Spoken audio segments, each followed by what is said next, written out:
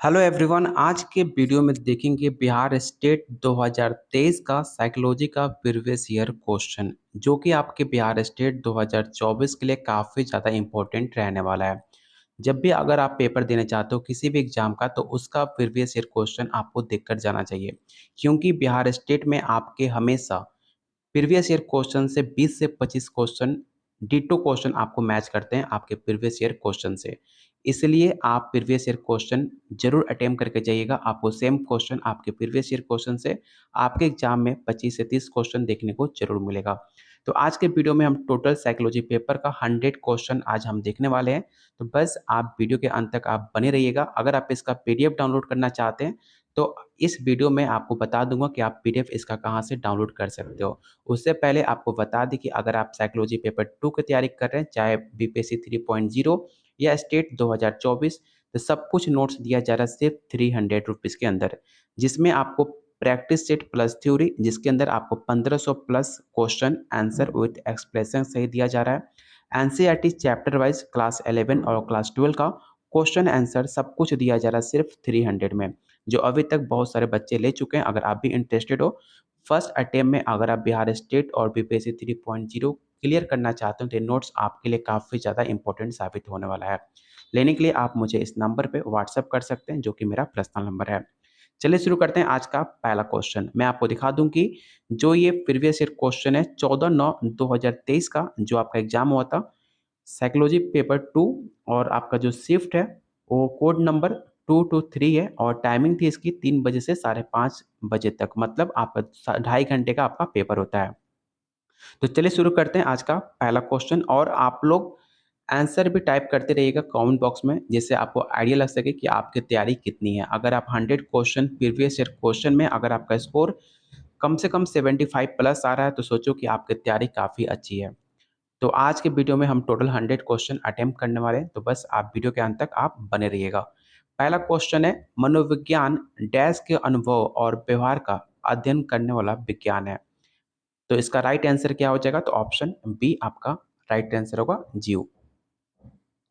Question second है, मनोविज्ञान में किस परिप्रेक्ष्य को तीसरी शक्ति के रूप में जाना जाता है? काफ़ी मोस्ट इंपॉर्टेंट क्वेश्चन है, और मैंने अपने एनसीईआरटी वीडियो में साइकोलॉजी पेपर 11 और 12 का मैंने इसी चैनल पे यूट्यूब पे वीडियो पे आपने कराया हुआ है। क्लास 11 और क्लास 12 का पूरा डिटेल में एक्सप्लेनेशन सहित। अगर आपने वीडियो नहीं देखा है तो आप उस वीडियो जरूर देखिएगा। आपके एग्जाम में 100% काफ़ी हेल्प मिलेगा, क्योंकि आपके एग्जाम में मैक्सिमम क्वेश्चन आपके एनसीईआरटी से पूछा जाता है।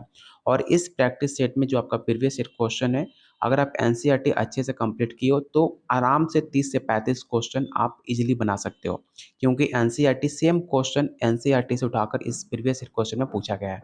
जाकर आप वीडियो के प्लेलिस्ट में चेकआउट कर सकते हो। काफ़ी इंपॉर्टेंट क्वेश्चन उसमें ऑलरेडी मैंने करा चुका है। चलते हैं क्वेश्चन नंबर थर्ड पे। इसका जो राइट आंसर होगा मनावतावाद होगा, ऑप्शन डी आपका राइट आंसर होगा। क्वेश्चन नंबर थर्ड है, वो योजनाबद्ध तरीके से क्या चल रहा है इसका अवलोकन करने के लिए अपने मन के अंदर झांकना क्या कहलाता है? तो इसका जो राइट आंसर होगा ऑप्शन आपका बी राइट आंसर होगा, आत्मनिरीक्षण। क्वेश्चन नंबर फोर है, प्रयोगात्मक विधि में निम्नांकित में किसकी कमी पाई जाती है? तो इसका राइट आंसर होगा आंतरिक वैधता। क्वेश्चन 5 है, रोगी का अवधान दावा की दुकान की ओर जाना आप निम्नलिखित में किस श्रेणी के अवधान करेंगे? तो इसका जो राइट आंसर होगा ऑप्शन ए ऐच्छिक अवधान, ऑप्शन ए आपका राइट आंसर होगा। क्वेश्चन 6 है, धारणा डैश का अर्थ है? तो काफी आसान सा क्वेश्चन है। आपको पता है कि धारणा जो है वो निकटता का अर्थ माना जाता है। मनोविज्ञान की शाखा डैश लोगों की परिपक्व होने के साथ उनमें होने वाली विशेषताओं में बदलाव पर ध्यान केंद्रित करता है। तो इसका जो राइट आंसर होगा ऑप्शन बी विकास मानसिक परिप्रेक्ष्य, ऑप्शन बी आपका राइट आंसर होगा। क्वेश्चन नंबर 8 है, अधिगम में व्यवहार परिवर्तन होता है? तो आपको पता होगा जो अधिगम में जो व्यवहार परिवर्तन होता है वो अपेक्षाकृत अस्थायी माना जाता है, इसलिए इसका जो राइट आंसर होगा ऑप्शन सी होगा। मैक्सिमम लोगों ने इसका आंसर डी टेक आउट किया था, लेकिन बिहार स्टेट ऑफिशियल बोर्ड ने इसका राइट आंसर सी माना था, इसलिए जो भी बिहार स्टेट ऑफिशियल आंसर माना था आप उसे याद रखिएगा। क्वेश्चन नंबर 9 है, पहलाव के प्रयोग में कुत्ता लार का स्राव करता है। घंटी से अनुबंधित होने के बाद लार को क्या कहा जाता है? मैंने एनसीईआरटी में मैंने आपको डिटेल में कराया हुआ है, आप उसे ज़रूर देखिएगा। उसे हम अनुबंधित अनुक्रिया के नाम से जानते हैं। ऑप्शन बी आपका राइट आंसर होगा। और एक सवाल पूछा जाता है कि पावलोव ने कौन-सा सिद्धांत दिया था? तो याद रखिएगा क्लासिकल सिद्धांत, क्लासिकल थ्योरी सिद्धांत दिया था, जिसे आप क्लासिकल थ्योरी के नाम से जानते हैं। ऑप्शन बी आपका राइट आंसर होगा। क्वेश्चन नंबर 10 है, अनुबंधन के प्रयोग में कितने तरह के कालिक क्रमों का अध्ययन किया गया है? तो इसका जो राइट आंसर होगा ऑप्शन सी हो जाएगा 4। निम्नलिखित में कौन प्रभावित किया है टोलबर्न के द्वारा प्रतिपादित सीखने के सिद्धांत पर? मैंने इसको एनसीईआरटी में आपको बताया भी था कि वो व्यवहारवाद से काफ़ी ज़्यादा इम्प्रेस हुए थे। व्यवहारवाद के जनक किसे माना जाता है? तो वाटसन और स्किनर को माना जाता है। इसे भी याद रखिएगा कि व्यवहारवाद के जनक आपके वाटसन और स्किनर को माना जाता है, जिससे आपको टोलमैन ने काफ़ी उससे प्रेरित हुए थे, तब जाकर उन्होंने अपना एक अलग सिद्धांत दिया था।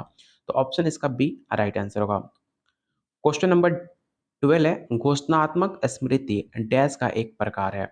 तो इसका जो राइट आंसर होगा ऑप्शन सी दीर्घकालिक स्मृति। ऑप्शन सी आपका राइट आंसर होगा।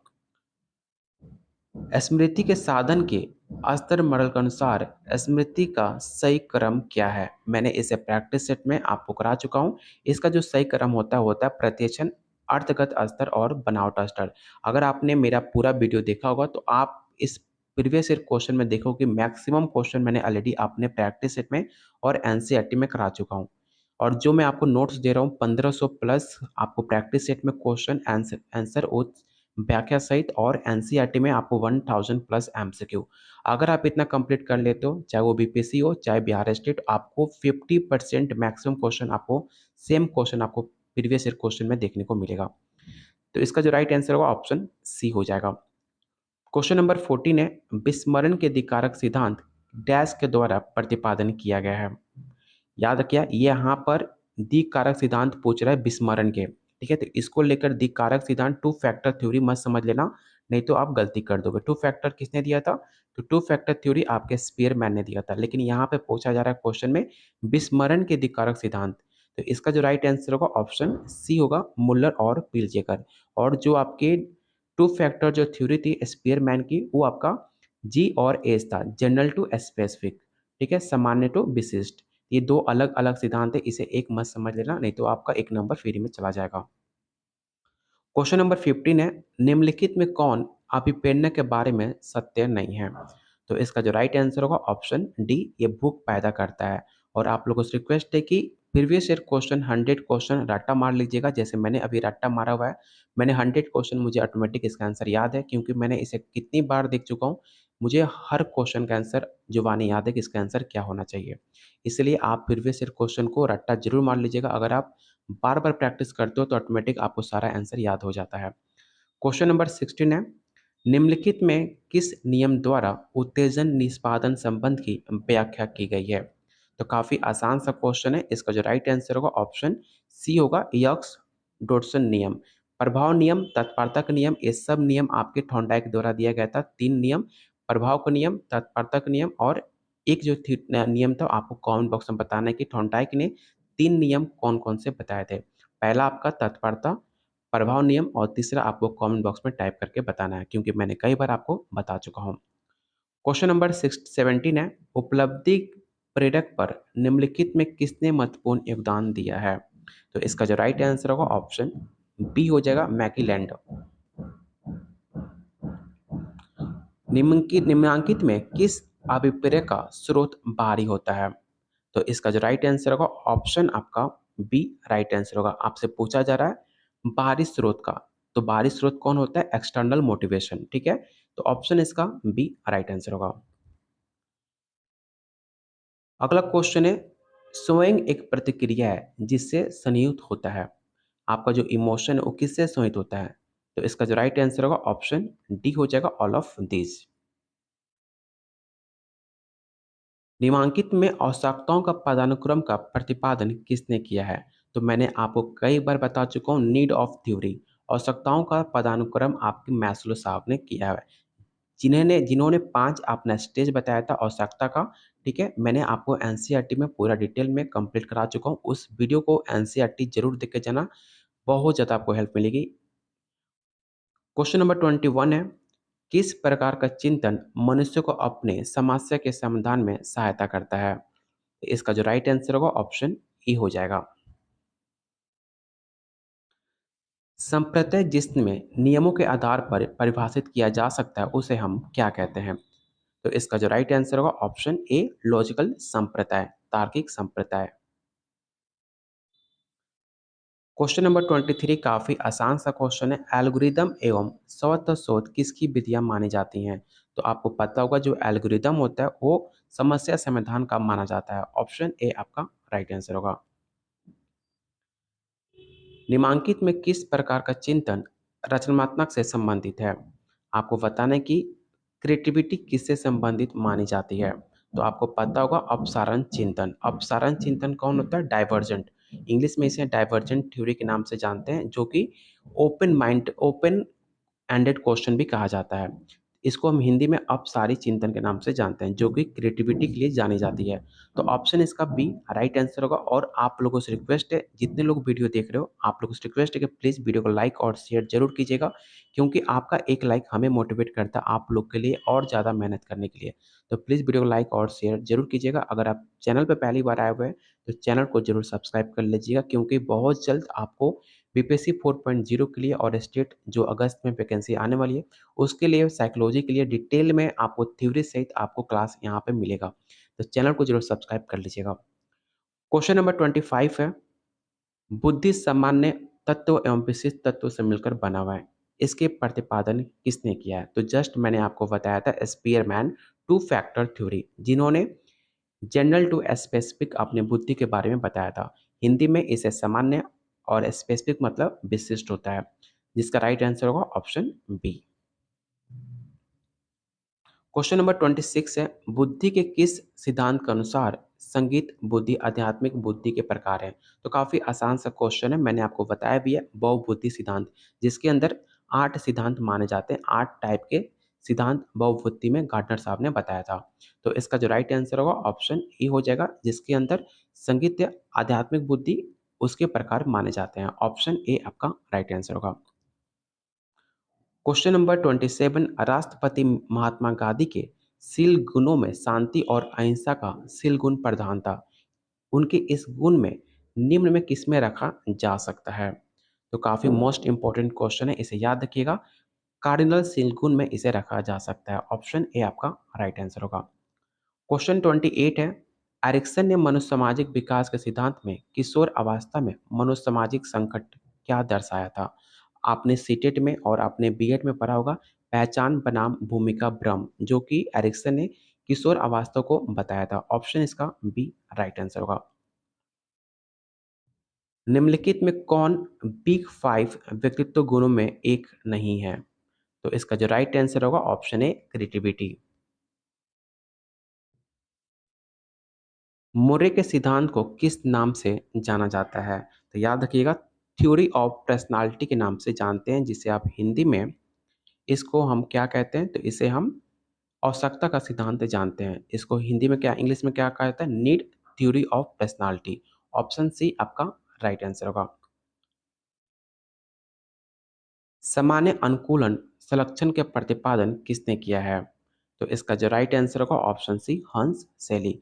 कॉल रोजर्स मानवतावादी, जेब जॉन वाटसन व्यवहारवादी सिद्धांत और सिगमंड फ्राइड मनोविश्लेषण, इस चारों आपके सिद्धांत जो है प्रतिपादन किसने किया आपको पता होना चाहिए। ये सवाल आपके एग्जाम में बार बार पूछे जाते हैं। ऑप्शन इसका सी राइट आंसर होगा। क्वेश्चन नंबर 32 है, भीरो या भागो अनुक्रिया का नियंत्रण कौन करता है? तो इसका जो राइट आंसर होगा ऑप्शन ए अनुकंपी तंत्रिका तंत्र। अंगूर खट्टे हैं एक ऐसी कहावत है जिसका संबंध युक्तिकरण से है। आपने बीएड और आपने सीटेट में बार बार सवाल आपने एग्जाम में देखा होगा कि अंगूर खट्टे हैं एक युक्तिकरण कहावत से संबंधित माना जाता है। इनमें कौन मूड डिसऑर्डर से संबंधित है? तो आपको पता होना चाहिए कि डिस्टीमिया, हाइपोमोनिया और साइकोलोथोमिया, इस तीनों के तीनों आपके मूड डिसऑर्डर हैं। डिस्थीमिया में क्या होता है? तो डिस्थीमिया में ऐसा डिसऑर्डर है जिसमें आपके जो पर्सन होते हैं वो काफ़ी अस्थायी और उदासी और चिंतित प्रकार के लोग माने जाते हैं। वही बात की जाए हाइपोमोनिया में, तो हाइपोमोनिया में लोग जो होते हैं अति सक्रिय, अति ऊर्जा जैसे लोग होते हैं। और वही बात की जाए साइक्लोथोमिया में, तो साइक्लोथोमिया में मूडी इंसान होता है, उसके मिजाज का उतार-चढ़ाव देखने को मिलता है, कभी खुश रह सकता है, कभी दुःख हो जाएगा। ये तीनों प्रकार, ये तीनों जो आपके डिसऑर्डर हैं, ये तीनों आपके डिसऑर्डर में काउंट किए जाते हैं, जो मूड डिसऑर्डर माने जाते हैं। इसलिए इसका जो राइट आंसर होगा ऑप्शन डी हो जाएगा। निम्नलिखित में कौन चिंता विकृति नहीं है? तो इसका जो राइट आंसर होगा ऑप्शन बी होगा, मनोविदिलता। ऑप्शन बी आपका राइट आंसर होगा। क्वेश्चन नंबर 36 है, निम्नलिखित में कोई एक मापदंड नहीं है जो मानसिक स्वास्थ्य पेशेवरों को मदद करता है कि किसी मानसिक विकार की उपस्थिति की पहचान करने में। तो इसका जो राइट आंसर होगा ऑप्शन सी हो जाएगा, रचनात्मक व्यवहार। ऑप्शन सी आपका राइट आंसर होगा। क्वेश्चन नंबर 37 है, किस घटना के बाद पीटीएसडी हो सकता है? काफ़ी मोस्ट इंपॉर्टेंट क्वेश्चन है, याद रखिएगा। इसका जो राइट आंसर होगा ऑप्शन डी हो जाएगा।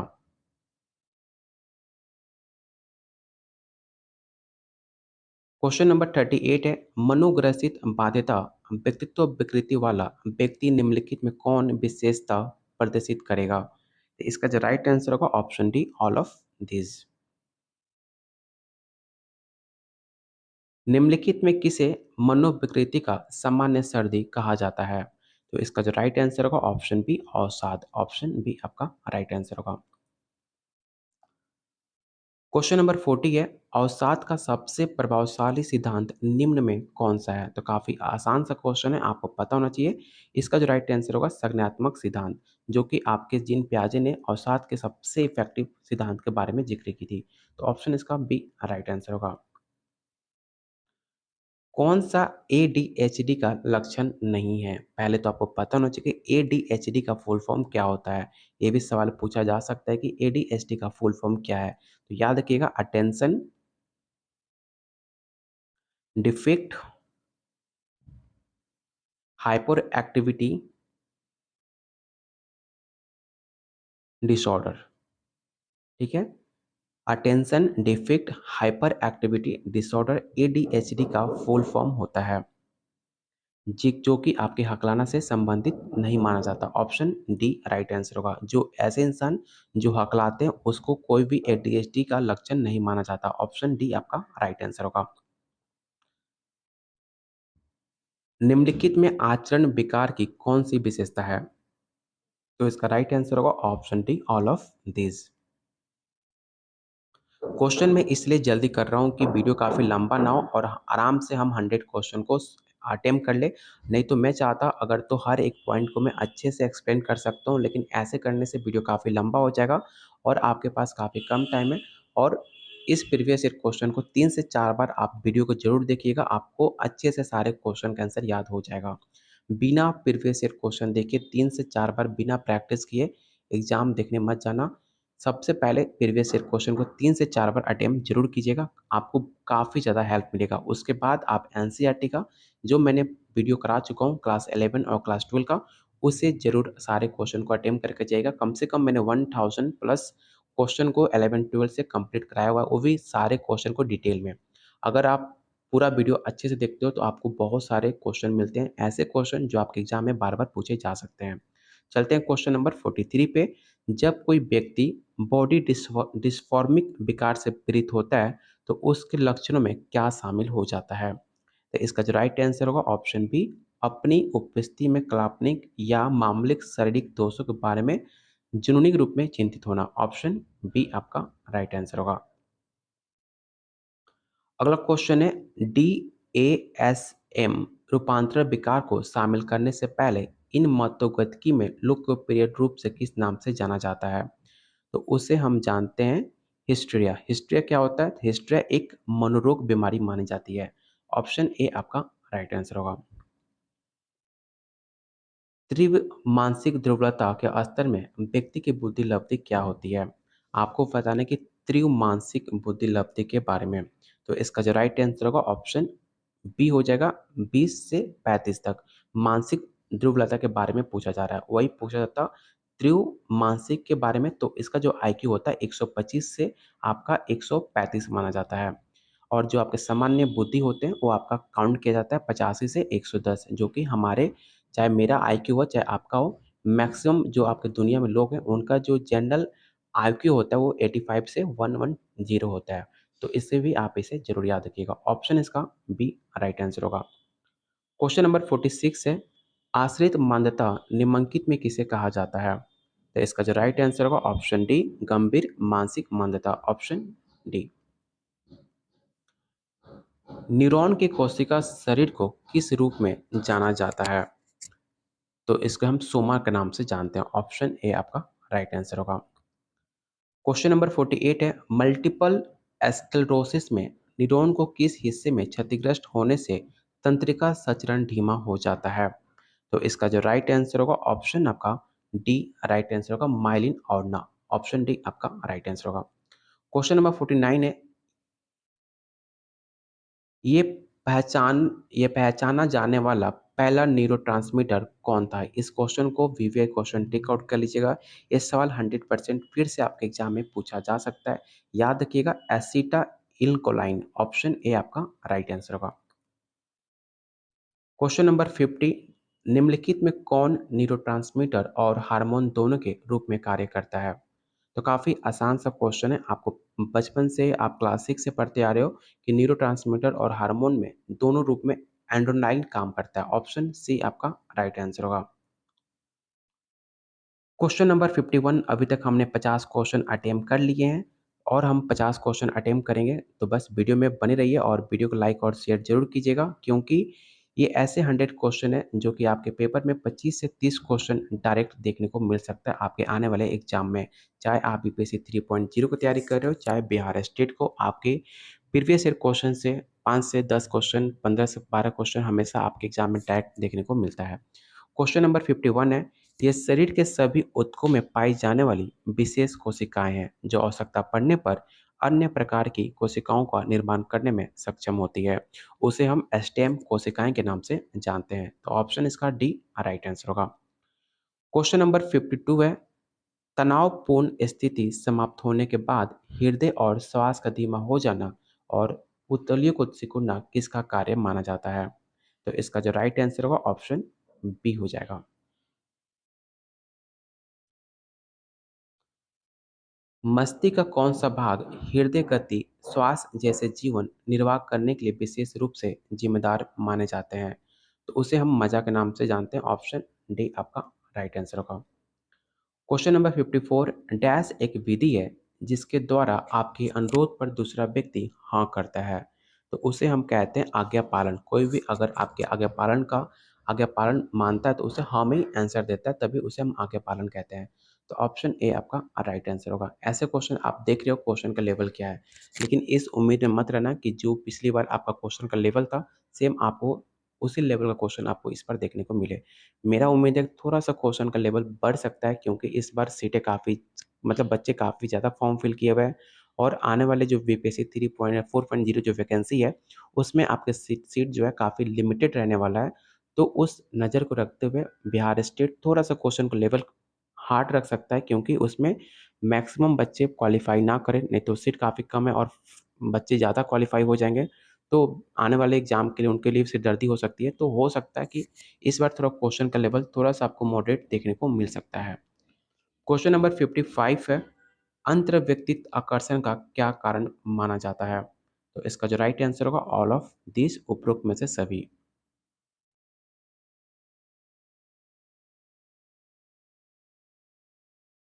विधि जिसमें लक्ष्य व्यक्ति से छोटे अनुरोध किया जाता है और फिर बड़े अनुरोध की तरफ बढ़ जाता है, उसे हम क्या कहते हैं? तो उसे हम उँगली पकड़ के हाथ पकड़ना विधि के नाम से जानते हैं। निम्नलिखित में किसने सामाजिक प्रत्याशन के मुद्दे पर विवादित प्रयोग किया था? काफ़ी मोस्ट इम्पोर्टेंट क्वेश्चन है, याद रखिएगा मिलग्राम का नाम, जिन्होंने सामाजिक प्रत्याशन के मुद्दे पर काफ़ी ज़्यादा विवादित प्रयोग किया था। ऑप्शन इसका सी राइट आंसर होगा। व्यक्तित्व प्रत्याशन में निम्नलिखित में किस प्रकार का सूचना का अधिक योगदान होता है? उसे हम कहते हैं ऋणात्मक सूचना। ऑप्शन बी आपका राइट आंसर होगा। निम्नलिखित में कौन सामाजिक तनाव के प्रकार भारतीय समाज में पाया जाता है, ना कि पश्चिम समाज में? तो याद रखिएगा, जो हमारे समाज भारतीय समाज में पाया जाता है उसे हम जातीय तनाव के नाम से जानते हैं। ऑप्शन इसका डी राइट आंसर होगा। क्वेश्चन नंबर 60 है, निम्नलिखित में कौन सामाजिक श्रम का एक प्रभाव माना जाता है? तो इसका जो राइट आंसर होगा निष्पादन में कमी। निम्नलिखित में कौन मनोवृत्ति का एक तत्व नहीं है? तो याद रखिएगा, आध्यात्मिक जो है आपके मनोवृत्ति का तत्व नहीं माना जाता। ऑप्शन बी आपका राइट आंसर होगा। क्वेश्चन नंबर 62, निम्नलिखित में कौन प्रसामाजिक व्यवहार की विशेषता है? तो इसका राइट आंसर होगा ऑप्शन डी, उपरोक्त में से सभी। मनोवृत्ति में बदलाव का हाइदर का संतुलन सिद्धांत क्या है? तो काफ़ी आसान सा क्वेश्चन है। मैंने कई बार आपको बता चुका हूँ कि मनोवृत्ति में बदलाव का जो हाइडर संतुलन सिद्धांत होता है, उसे हम सामाजिक सिद्धांत सिद्धांत के नाम से जानते हैं। ऑप्शन बी आपका राइट आंसर होगा। सॉरी, इसका जो राइट आंसर होगा संज्ञानात्मक सिद्धांत होगा। मनोवृत्ति में बदलाव का हाइडर संतुलन सिद्धांत जो है, इसे हम संज्ञानात्मक सिद्धांत के नाम से जानते हैं। ऑप्शन सी आपका राइट आंसर होगा। इसे ऑफिशियल जो आंसर है आपका संज्ञानात्मक सिद्धांत है, आप इसे ही आंसर राइट मानिएगा। ऑप्शन सी आपका राइट आंसर होगा। निम्नलिखित में कौन एक आक्रामकता का नियंत्रण प्रवृत्ति है? तो इसका जो राइट आंसर होगा option D, all of this. निम्नलिखित में कौन प्राथमिक समूह के बारे में सत्य है? तो बात की जाए प्राथमिक के बारे में, तो आपका सदस्यों के बीच घनिष्ठता जो प्राइमरी प्राइमरी जो होता है, वो प्राइमरी आपका फैमिली और आपके रिलेशन को कंसीडर किया जाता है। सेकेंडरी में आपका स्कूल आता है, आपका मीडिया आता है, लेकिन पूछा जा रहा है प्राइमरी ग्रुप के बारे में। तो प्राइमरी के रूप में आपके सदस्यों के बीच काफ़ी घनिष्ठता देखने को मिलती है। इसलिए इसका जो राइट आंसर होगा ऑप्शन डी हो जाएगा। क्वेश्चन नंबर 66, समूह महत्वपूर्ण भूमिका अदा करता है। तो इसका जो राइट आंसर होगा option D, all of this. संज्ञानात्मक अशांतता सिद्धांत व्याख्या किसका करता है? तो इसका जो राइट आंसर होगा ऑप्शन सी, मनोवृत्ति परिवर्तन एवं निर्माण का।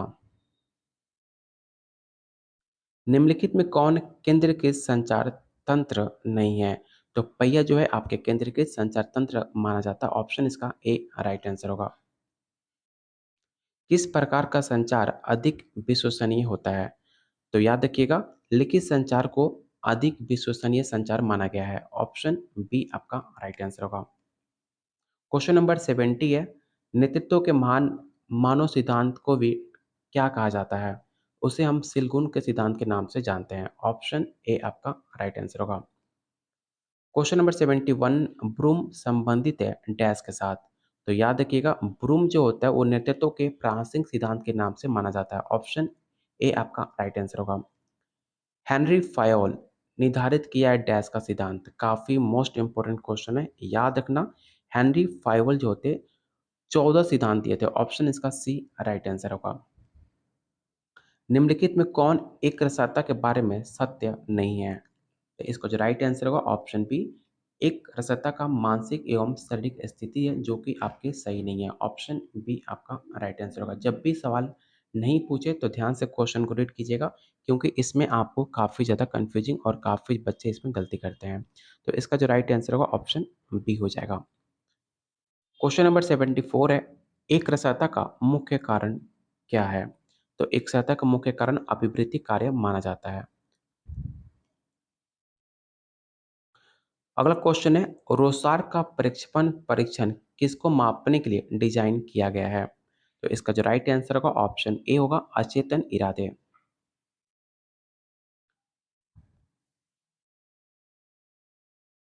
वेसलर वयस्क बुद्धि परीक्षण का उपयोग निम्नलिखित में किसे पात्रता का आकलन करने के लिए किया जा सकता है? तो इसका जो राइट आंसर होगा ऑप्शन डी होगा, विशिष्ट शैक्षिक आवश्यकताएं। निम्नलिखित में कौन पारिवारिक चिकित्सा का एक प्रकार नहीं है? तो काफ़ी आसान सा क्वेश्चन, मैंने एनसीईआरटी में बताया था कि जो आपका दृढ़ ग्रंथि होता है वो आपके पारिवारिक चिकित्सा का एक प्रकार नहीं माना जाता। ऑप्शन बी आपका राइट आंसर होगा। डैश यूं का विश्लेषणात्मक चिकित्सा का एक प्रवृत्ति है। तो इसका जो राइट आंसर होगा स्वप्न विश्लेषण और शब्द साचार्य। इसके अकॉर्डिंग ऑप्शन डी आपका राइट आंसर हो जाएगा। किनके नियमों का उपयोग संभाव्यता प्रबंधन में किया जाता है? तो इसका जो राइट आंसर होगा ऑप्शन ए हो जाएगा, क्रिया प्रस्तुत अनुबंधन, जो कि आपके स्किनर साहब ने दिया था, रीइंफोर्समेंट सिद्धांत। इसे भी याद रखिएगा, ऑप्शन ए आपका राइट आंसर होगा। क्लासिकल अनुबंधन किसने दिया था? पावलोव ने। क्रिया प्रस्तुत सिद्धांत किसने दिया? स्किनर ने। ठीक है, ऑप्शन इसका राइट आंसर होगा ऑप्शन ए। क्वेश्चन नंबर 80 है, फेमर्स 1984 के अनुसार परीक्षण के मुख्य प्रकार कौन से हैं? तो इसका जो राइट आंसर होगा ऑप्शन सी, स्वाभाविक परीक्षण और आत्मसलाह, ये दोनों उनके मुख्य प्रकार माने जाते हैं, इसलिए इसका जो राइट आंसर होगा ऑप्शन सी हो जाएगा। अगला क्वेश्चन है आईक्यू, जिसे आप इंटेलिजेंस क्वोशिएंट के नाम से जानते हैं, सबका प्रयोग सबसे पहले किसने किया है? इसे भी मैंने डिटेल में एनसीईआरटी वीडियो में आपको करा चुका हूँ, जो कि टर्मन ने आपको इसका प्रयोग अच्छे से किया था। ऑप्शन ए आपका राइट आंसर होगा। भाटिया बैटरी का उपयोग आकलन करने का श्रेय किसे जाता है? तो इसे क्वेश्चन को मैंने जस्ट आपको अभी प्रैक्टिस सेट में मैंने अपने कराया था, टॉप 30 इंपॉर्टेंट क्वेश्चन के अंदर, जो कि झारखंड में पूछा गया था। इसका जो राइट आंसर होगा ऑप्शन बी, भाटिया बैटरी बुद्धि के परीक्षण के लिए माना जाता है। ऑप्शन बी आपका राइट आंसर होगा। किस प्रकार का परीक्षा में मूल्यांकन में व्यक्तिपरकता महत्वपूर्ण भूमिका निभा सकती है? तो इसका जो राइट आंसर होगा ऑप्शन बी, निबंध प्रकार। असाधारण बच्चे कौन हैं? आपको बताना है कि असाधारण बच्चे हम किसे कंसीडर करते हैं। तो जो बच्चे मानक से काफ़ी भिन्न होते हैं, उसे हम असाधारण बच्चे काउंट करते हैं। ऑप्शन ए आपका राइट आंसर होगा। किस विधि का उपयोग ये गारंटी देता है कि प्रत्येक वस्तु का एक अद्वितीय मूल्य होता है? तो इसका जो राइट आंसर होगा ऑप्शन सी, रैंकिंग। रैंकिंग के आधार पे हम प्राइमरी और सेकेंडरी का मूल्य को कंसीडर करते हैं, इसलिए इसका जो राइट आंसर होगा ऑप्शन सी हो जाएगा। क्वेश्चन नंबर 86 है, अभी खुले हुए एक नए पब्लिक स्कूल में एक मार्गदर्शन कार्यक्रम स्थापित किया जाना है। मार्गदर्शक कार्यक्रम विकसित करने का पहला कदम हम किसे कंसीडर करते हैं? तो इसका जो राइट आंसर होगा ऑप्शन डी होगा, छात्र निकाय के मार्गदर्शन और परामर्श आवश्यकताओं का सर्वेक्षण करें। ऑप्शन डी आपका राइट आंसर होगा। Question number 87, differential aptitude test, जिसे आप डीएटी के नाम से जानते हैं, निम्नलिखित में संबंधित परीक्षण कौन सा आइटम नहीं है? ध्यान से देखना, यहाँ पर आपसे नहीं पूछा गया था। तो इसका जो राइट आंसर होगा ऑप्शन आपका डी हो जाएगा, विशिष्ट रुचियाँ। अगला क्वेश्चन है, मनोविज्ञान अपने डैश के कारण एक विज्ञान है। इसका जो राइट आंसर होगा ऑप्शन आपका डी होगा, विधियाँ। आपको एक बात और बता दूँ कि आप लोग के लिए डेली आपको प्रीवियस ईयर क्वेश्चन का आर्ट्स ऑफ टीचिंग और अदर स्किल, जो कि आपके एग्ज़ाम में 50 नंबर के सवाल पूछे जाते हैं, उसको भी मैं प्रीवियस ईयर क्वेश्चन जितना अभी तक हो चुका है, मैंने ऑलरेडी आर्ट्स ऑफ टीचिंग का 5 से 6 आपको जो वीडियो है प्रीवियस ईयर क्वेश्चन का, मैंने अपने यूट्यूब चैनल पे करा चुका हूँ, और 5 से 6 मैंने प्रैक्टिस सेट भी करा चुका हूँ, तो आप उस प्लेलिस्ट में जाकर चेकआउट कर सकते हो आर्ट्स ऑफ टीचिंग का।